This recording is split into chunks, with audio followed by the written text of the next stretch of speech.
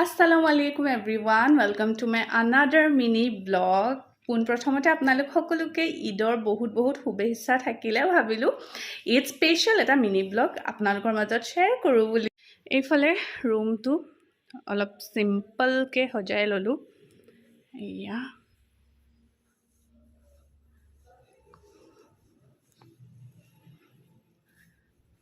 মই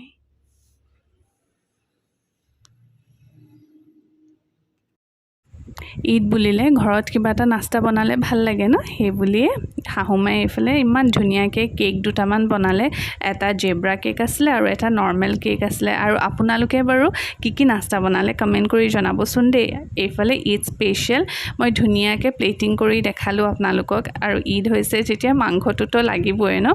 আৰু এইফালে মই ঈদৰ ড্ৰেছযোৰ অলপ আপোনালোকক ভাবিলো ভালকৈ দেখাই দিও বুলি মোক কেনেকুৱা লাগিছিল এইটো কালাৰত কমেন্ট কৰি জনাবচোন দে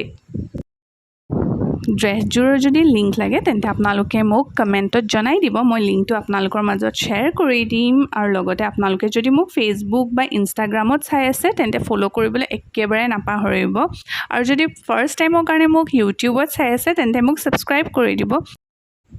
এইফালে এতিয়া ৰাতি আমি খুৰীহঁতৰ ঘৰলৈ আহিছিলো মানে দিনত আমাৰ যোৱা নহলে সেইকাৰণে আমি ৰাতি সালাম দিবলৈ গৈছিলো আৰু এইফালে আমাক তেওঁলোকে ৰাতি ডিনাৰ কৰে পঠিয়ালে এনেকৈ ঈদটো আমি পাৰ কৰিলো মিনি ব্লগটো কেনেকুৱা লাগিলে কমেন্ট কৰি জনাবলৈ একেবাৰে নাপাহৰিব and thanks for watching bye by